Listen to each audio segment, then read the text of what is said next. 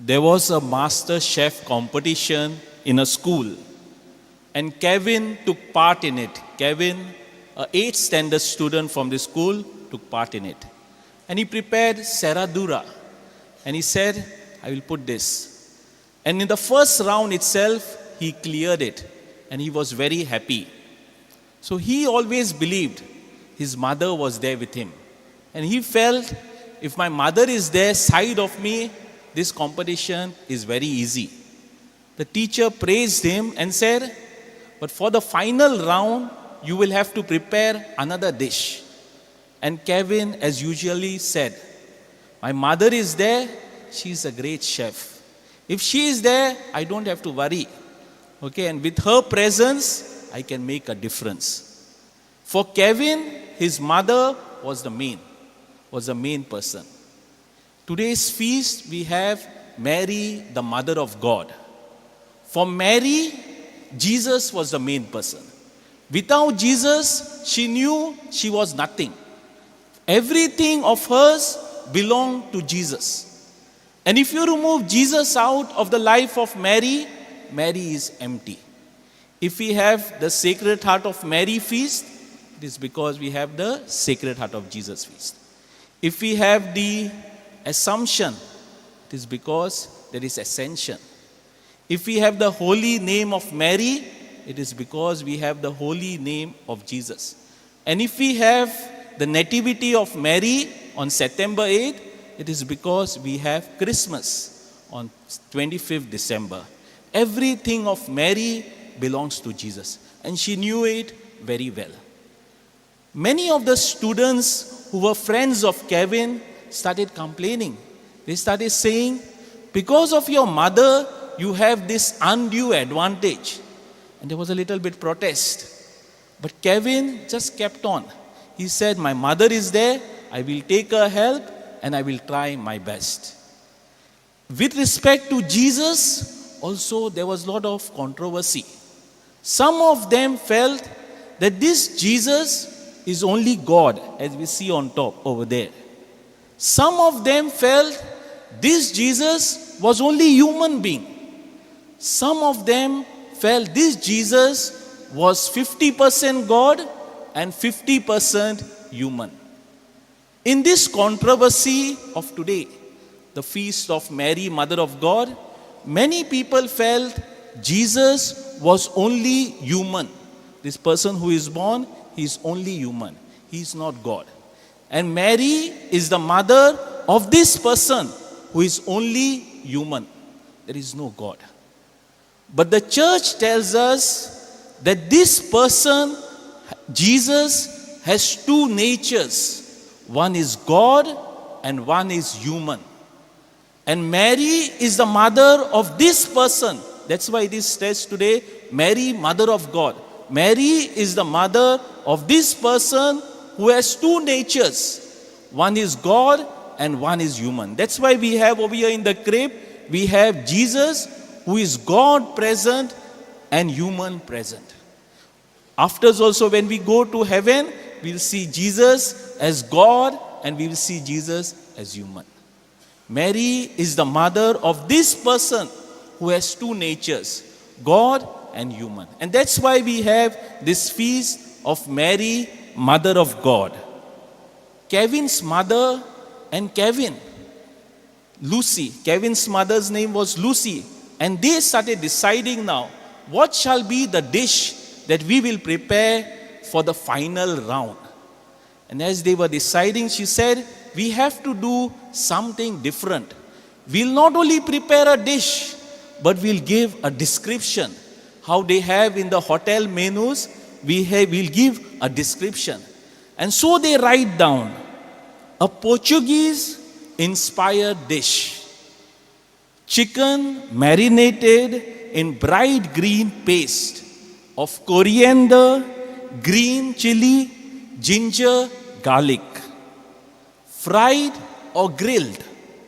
Served with potatoes. And Kevin started thinking, what is this dish? Kevin soon at once, he reflected and he said, this could be chicken cafriel. So Kevin said, this is an explanation given of chicken kafriya. We have the Nicene Creed, which we'll be reciting today. In that creed, it will be mentioned, born from all ages, Jesus, born from all ages, telling us that this person who is there is God. Begotten, not made, is not made. What it tells us, the description it tells us is very simple, that this person is God. Consubstantial with the Father, telling us he is God. True God from true God. True light from true light. Same substance as the Father, telling us that this person has this nature of God. As we proceed with the Nicene Creed, we will also hear these words, born of the Virgin Mary, suffered, crucified, died, and was buried. Telling us that this person is not only God, he is also human. This person is God and this person is human.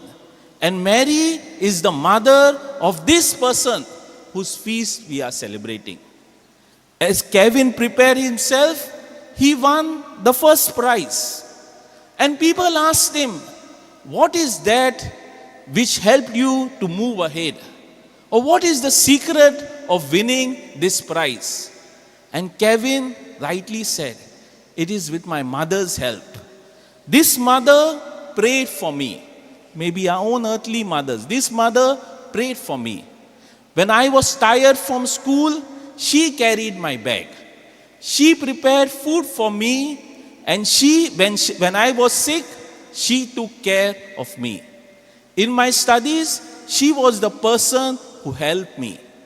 Today on this feast of Mary, Mother of God, we have this mother who is the first disciple of Jesus.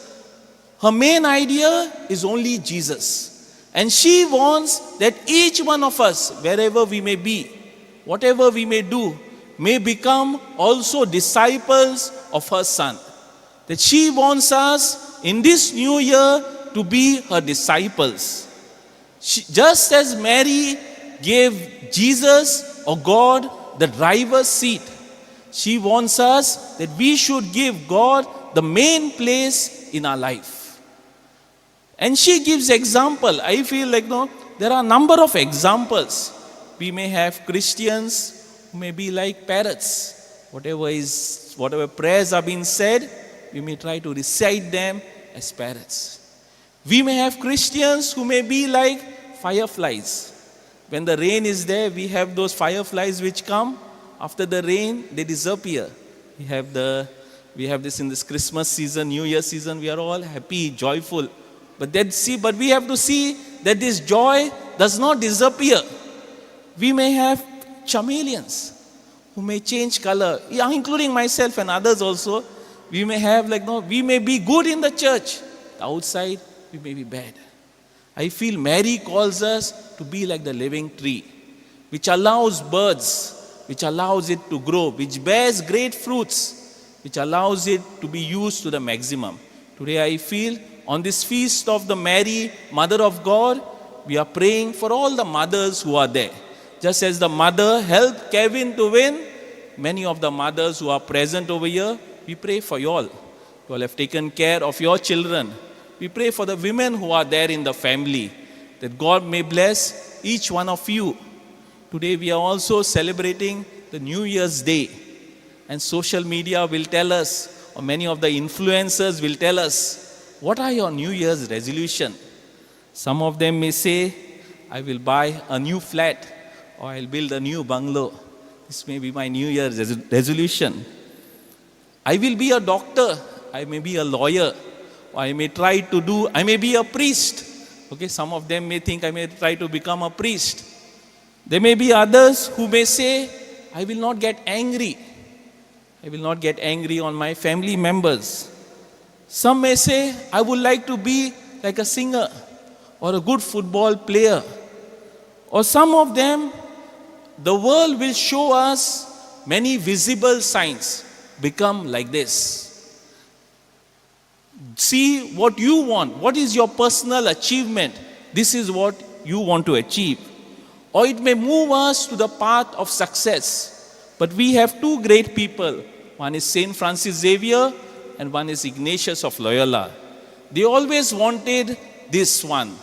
What does God want of me during this year 2026? Not what I want, but what God wants of me for this year.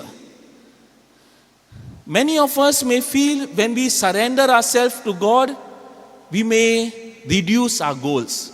We may become a doctor, God may say, don't become. We may feel God may reduce our goals. But being with God brings depth in our life. We become doctors who have service as their orientation. We become lawyers who work with values. Or we become priests who are compassionate. Being with God brings depth in our life. And it has a much bigger influence than our normal goals. What God also wants us, can we be faithful? Can we be faithful in whatever we do? Sometimes success, if we do not achieve success, we feel disappointed. But what God wants is to be faithful, so that even when there is no success in our life, we may continue to move ahead. From the tomb, Jesus rises. That no disappointment may keep us binded.